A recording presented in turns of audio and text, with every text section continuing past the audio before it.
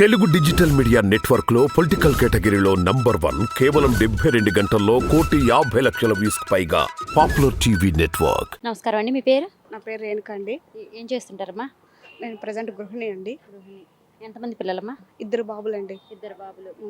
మరి అమ్మఒడి పడిందా ఇంతకు ముందు? పడిందండి. ఎంత పడిందమ్మా? 15,000 పడింది. 15,000 పడింది. 13,000 ఇచ్చారు. 2,000 స్కూల్ మెయింటెనెన్స్ ఛార్జెస్ కింద వాళ్ళు తీసేసుకున్నారు. మరి ఈరోజు ఇప్పుడే జగన్మోహన్ రెడ్డి గారు మేనిఫెస్టోలో చెప్పారమ్మా, ఆయన విడుదల చేశారు. దాంట్లో అమ్మఒడి ఈసారి 17,000కి పెంచారమ్మా.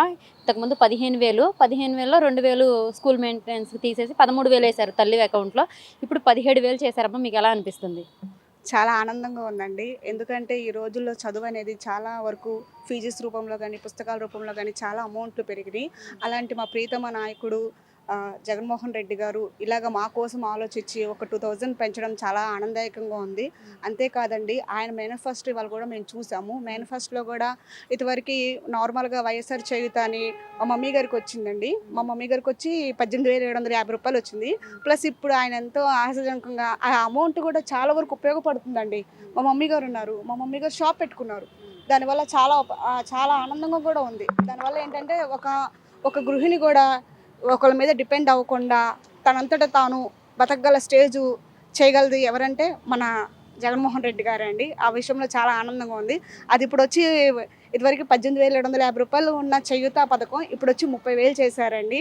అసలు మాటల్లో చెప్పలేనంత ఆనందంగా ఉంది. అదే కాకుండా కాపు నేస్తం కూడా పెంచారు. పింఛను కూడా మా మామగారికి పింఛను వస్తుందండి. ఆయనకు వచ్చి ఇదివరకు 3,000 వస్తుంది.